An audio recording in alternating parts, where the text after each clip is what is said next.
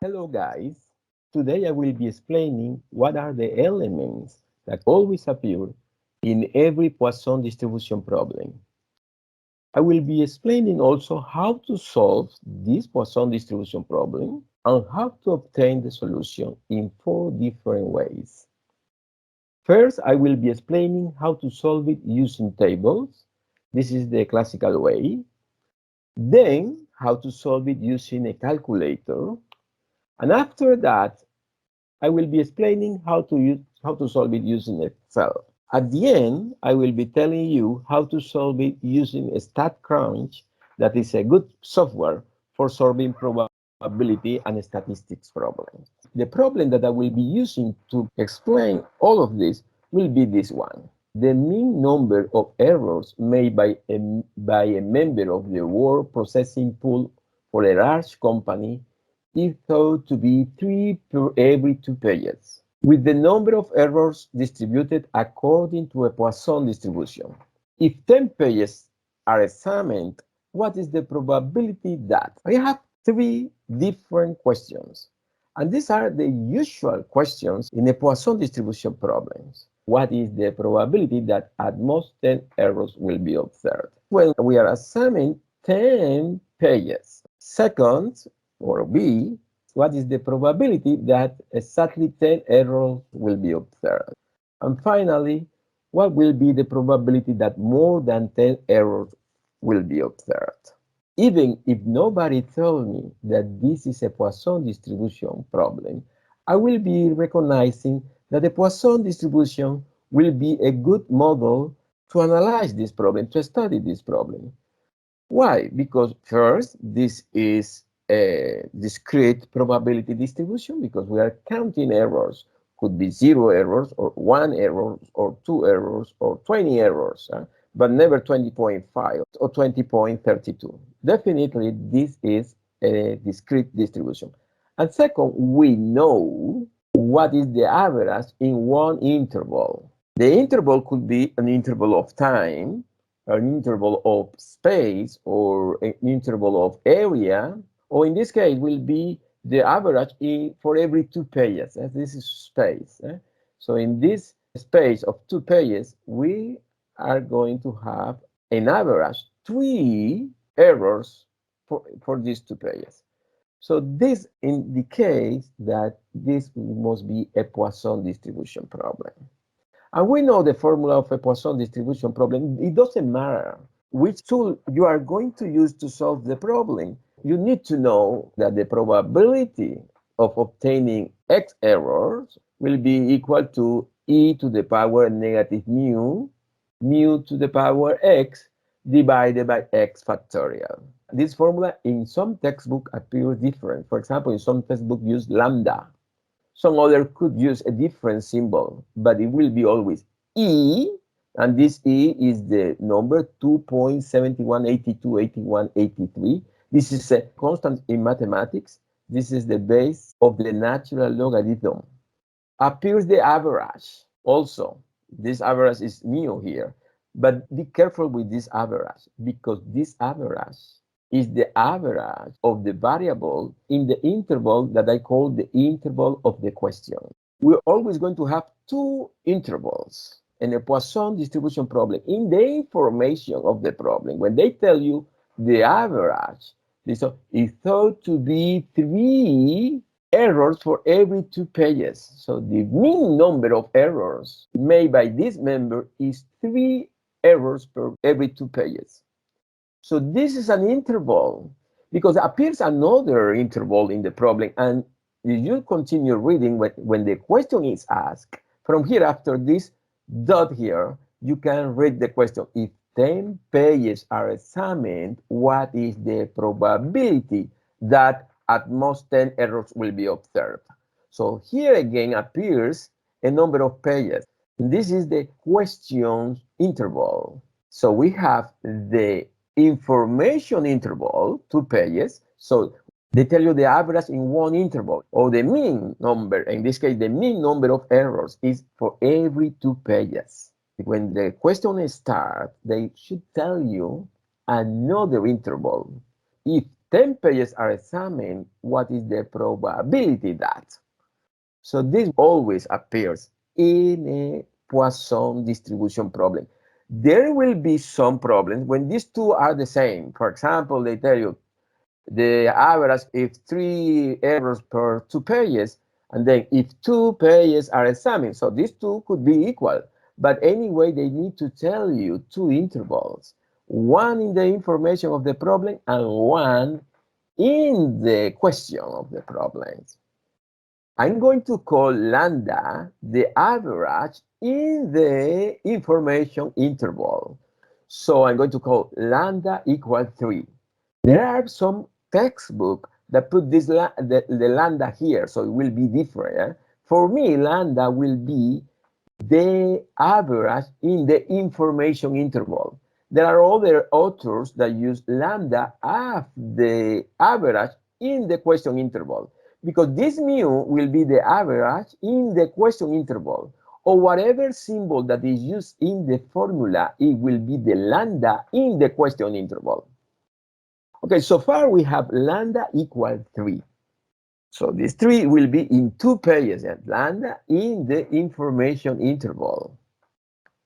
Then mu, the value that will be here, it will be computed. This will be the average in the question interval. So how many errors in this interval, the 10 pages? It will be mu equal lambda t. So mu will be equal to lambda, that is 3, that we found it. This is the average in the information interval times t. But what is this t? This t will be the number of information intervals that appears in the question intervals. So mu will be the average in 10 pages. So t will be the question interval divided by the information interval. So it will be question interval is 10 pages, and the information interval is 2 pages. So this t will be 10 pages divided by 2 pages, thus t equal 5. So now we can compute what is the average in the question interval. So the average will be lambda, that is 3, times t, that is 5. So mu will be 3 times 5, so equal 15. Obviously, to be practiced, you don't need to do this. You notice that in these 10 pages, there are 5 interval of 2 pages, so you don't need to do that. So you notice immediately that t equals 5 without making this division. But in case you don't notice, you can make the division. Question interval divided by the information interval and give you the value of t. After you get the value of t, you just multiply lambda times t, and you get the average in the question interval. So now we know mu equals 15. If you know this, you are ready to solve any Poisson distribution problem. This is the most important. Determine what is the average in the question interval. Sometimes you are so lucky, there are some problems, the easy problems. This is 2 pages and this is also 2 pages. You don't need to do too much, because it will be, if this is 3, the other will be 3 also. So there is no problem because t will be 1. But there are problems. The problem that the student feel that are more difficult are when these are different. The information interval and the question interval are different. But you can do this to know what is t, and immediately you know what is the average for the question interval. Anyway, whatever symbol you use your professor or your textbook, the one that you need to put here is the mean in the question interval, the average in the question interval. Okay, now that we have this, we can use whatever method to solve the problem. So the first thing that we're going to do is solve these 3 problems using tables. So solution with the Poisson distribution table. Usually a Poisson distribution table is something like this. So you have several values for mu. In some table appears here lambda. In my table appears lambda t. But this is mu, yeah, because lambda t is mu, or the average. Some others appears just lambda, because they put here in the formula of the textbook lambda instead of mu. or whatever table you have, always going to have the possible value for the mean.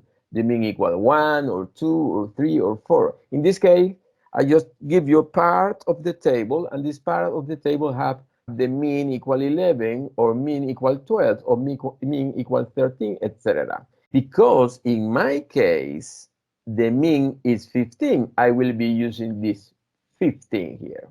And the question I will be solving is probability that at most 10 errors will be observed. At most 10 errors is the same of probability of x less or equal than 10. This is the symbol for a cumulative probability. Probability of x less or equal than 10.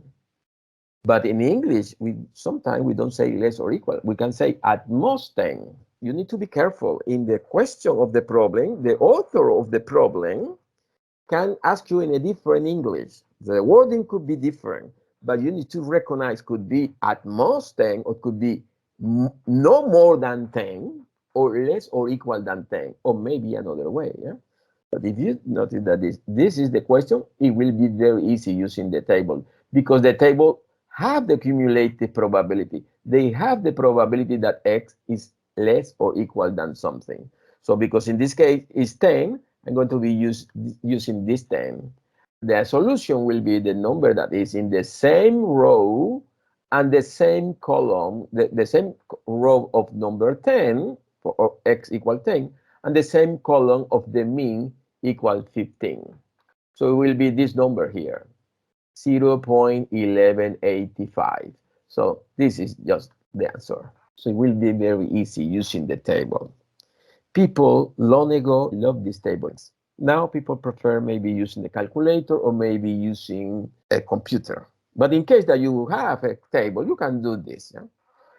So this is the way that you solve a problem that say at most 10. So remember, at most could be in a different way. You can say this in a different English. You can say no more than 10 or in another way.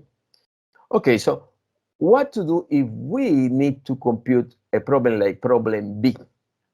Problem B is exactly 10 errors. If they ask me exactly 10 errors, what they are telling me is the probability of x equal 10. And the probability of x equal 10, you need to recognize in the question that they tell you probability of 10 or probability of exactly 10 or probability of equal 10. So there will be several ways to say this. In this case, the number is not in the table, but you can get it from the table easily. Actually, what numbers are equal than 10? We will be including all the numbers that are lower or equal than 10. But if at these numbers that are lower or equal than 10, you subtract the number that are lower or equal than 9, then you are going to have only 10. So that's what you're going to do. The probability of x less or equal than 10 minus the probability of x less or equal than 9. So it means that you are subtracting from here, from all the numbers that are less or equal than 10, that are 10, 9, 8, 7, 6, etc., until 0, you are subtracting all the numbers that are lower or equal than 9. So you're subtracting 9, 8, 7, etc. So the only that is remaining is 10. So you can do this because these two numbers are in the table. This number, probability of x lower or equal than 10, is this number, 0.1185. Okay? So we have the first answer, but we also know the other. The other will be this number here, 0.0699. So you are going to subtract minus 0.699. If you do that, you get the probability of x equal 10. So if I ask you probability of x equal 12, you get probability of x less or equal than 12 minus less or equal than 11. The probability of exactly will be always the cumulative probability of the number, the same number, minus the cumulative probability of the previous number.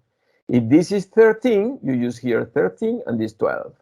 If this is 8, you use here 8 and this 7, etc. So it will be always the cumulative probability of the number you are interested in minus the cumulative probability of the previous number.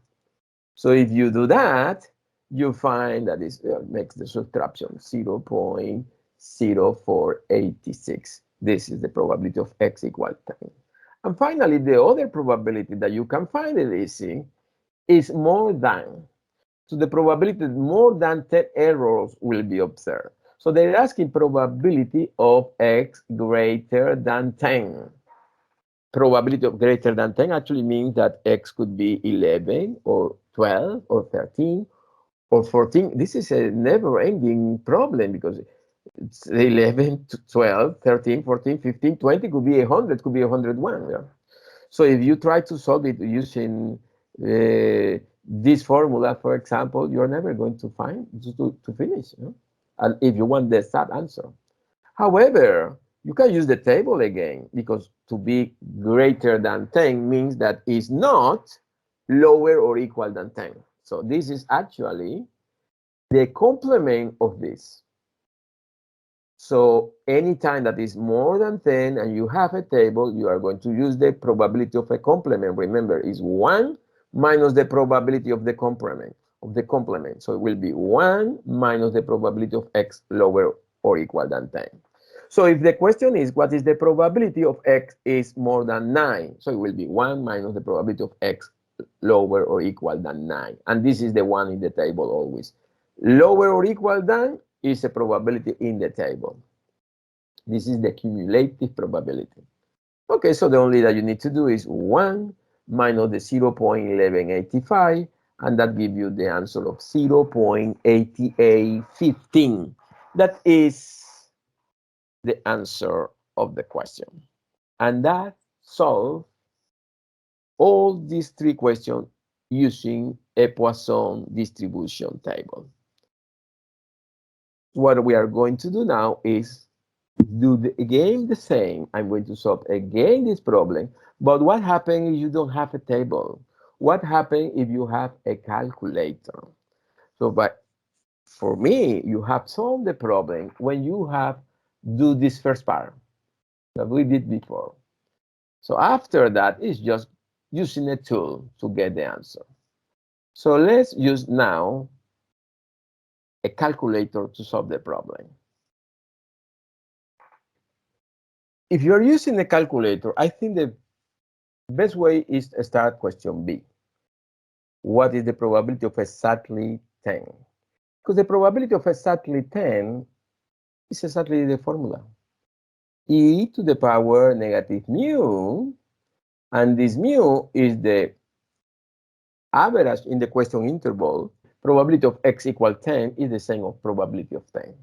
Just make a substitution, x equal 10, and mu is the value that we have here.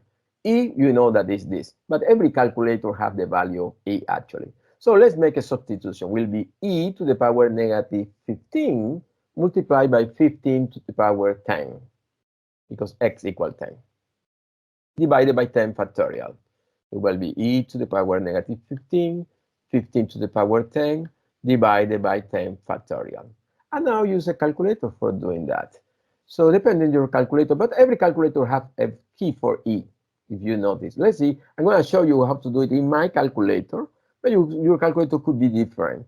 I have a financial calculator here, and each key that I will be pressing, you are going to see the key here. So for example, I'm going to write E to the power negative 15. I'm going to write 15 negative. Some calculators you need to press the key E first, and then the exponent. So in my case, in my calculator, I type 15 first, put it negative using this key, and then the key E. The key, I need to use a second function in my calculator. So I'm going to see second function, and then the key E. It's the same key for natural logarithm in my calculator. So when I do this, the calculator gives me the E to the power negative 15. Then I'm going to multiply this by 15 to the power 10. In my calculator, I need to put the bracket, the power in brackets, but maybe you calculate or not. So open bracket, I type 15 to the power, this is the key for the power in my calculator, to the power 10, cross the bracket, I'm going to divide by 10 factorial. So I divided in my calculator, I divide it by 10. I need to press the second function also for the factorial. So second function, and then the factorial. The factorial in my calculator appears in the same key for the time. So you see here the symbol of x factorial, so second factorial. When I do this, I get the answer of 10 factorial, yeah? In the screen of my calculator, but when I press equal, I see the answer of everything. The 10, I know less or equal than 10 is the probability that be 0 or 1 or 2 until 10. Remember, when we have mutually exclusive event, the probability of this or this is adding the two probabilities. So we need the probability of 0 plus probability of 1 plus probability of 2 plus probability of 3 plus probability of 4, etc., until you get probability of 10. You need to compute all of this using this formula. The best way for me will be just type in the formula for 0, for example, probability of 0, then the probability of 1, then the probability of 2. But you see this problem, if they tell me until probability of 2 will be okay, but if they ask me until probability of 10 will be, I need to add a lot, yeah? A lot of values. So the best way is getting a common factor. You see e to the power negative 15 is in all of them. So open bracket and then put what remains inside. So 15 to the power 0 divided by 0 factorial. So this is actually 1. Yeah? 0 factorial is also 1, by the way. But let's put it away. Plus 15 to the power 1 divided by 1 factorial plus 15 to the power 2 divided by 2 factorial. Everything that appears here accompanying e to the power negative 15. And you continue in this way until the last one. So use your calculator to do that. If you use your calculator, the answer will be the same. But I know it will be a long work. So the answer is 0.1185. The probability of x greater than 10, as I told you before, will be the probability of 11, probability of 12, plus the probability of 13, etc. And you are never going to finish in this way. So it's better to make it equal 1 minus the complement, so the one that you already know. And this is 1 minus 0.1185, sorry, minus 0.1185.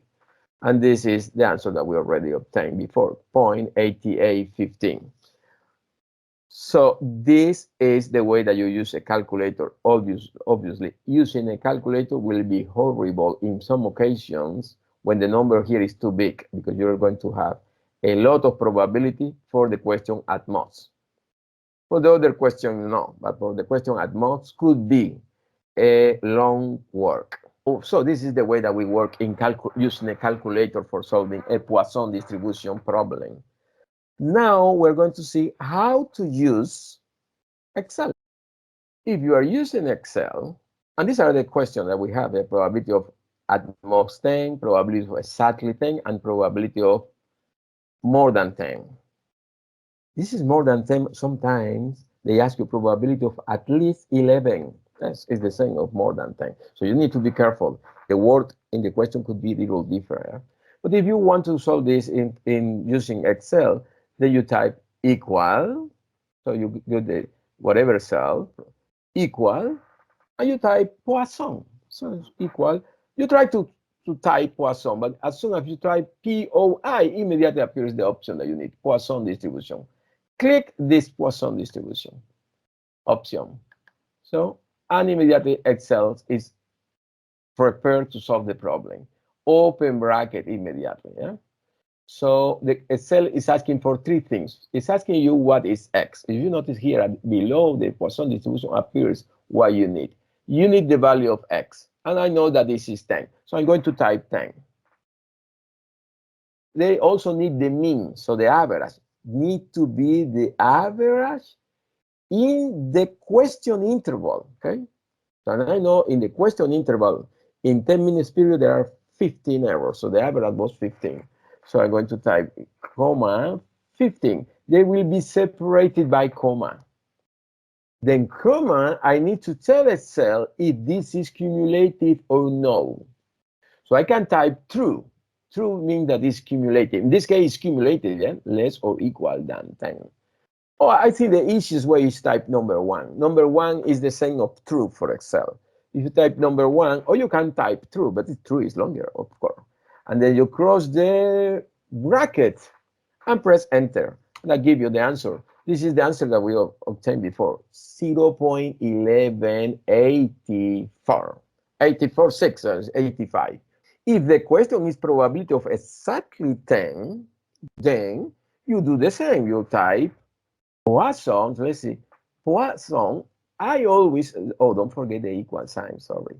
You type equal, and then Poisson. I type the first letter, immediately appears the option. Oh, it's Poisson distribution.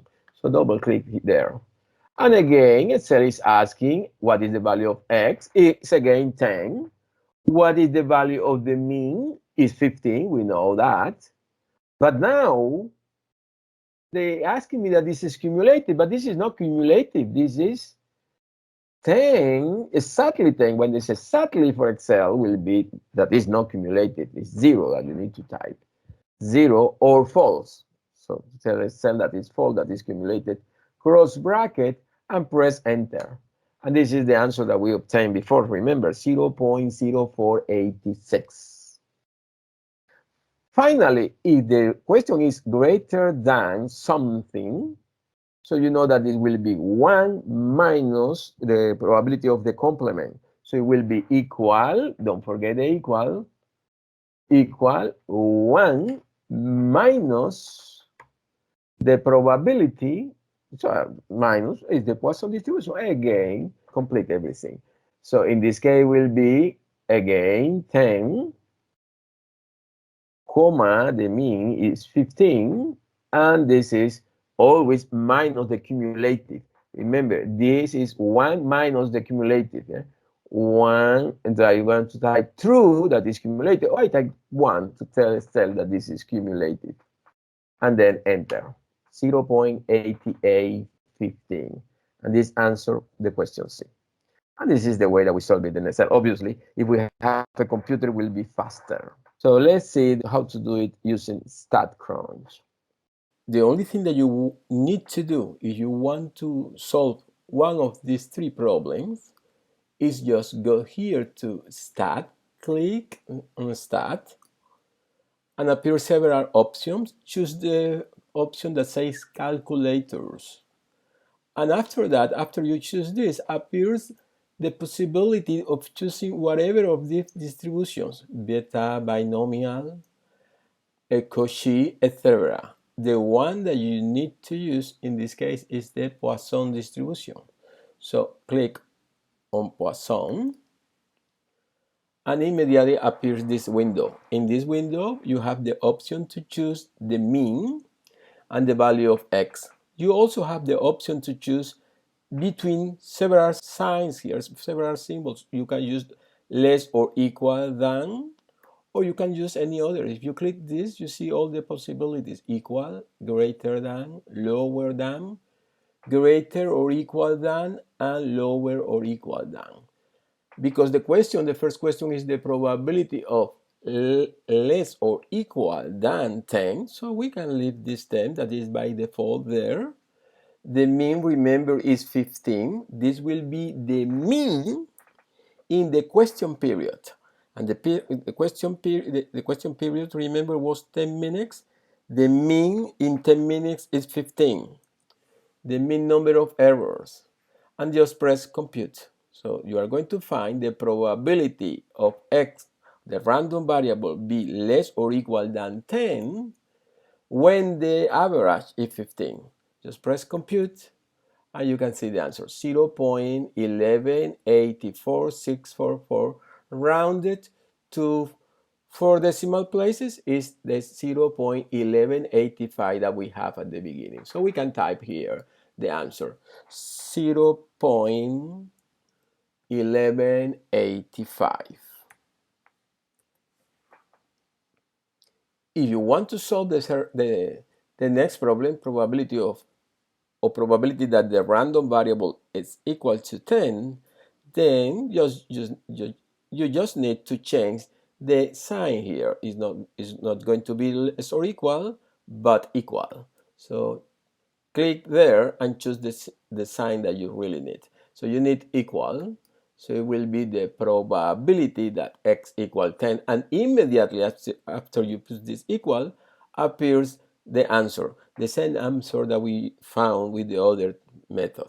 So we have here 0.0486 rounded to 4 decimals, 0.0486.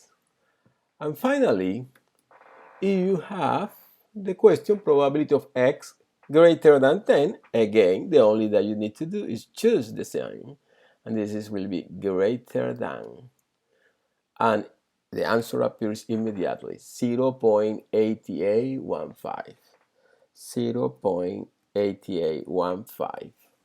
And with this, I finish the explanation of this 4 ways of solving a problem related to the Poisson distribution. So let's type here 0.8815.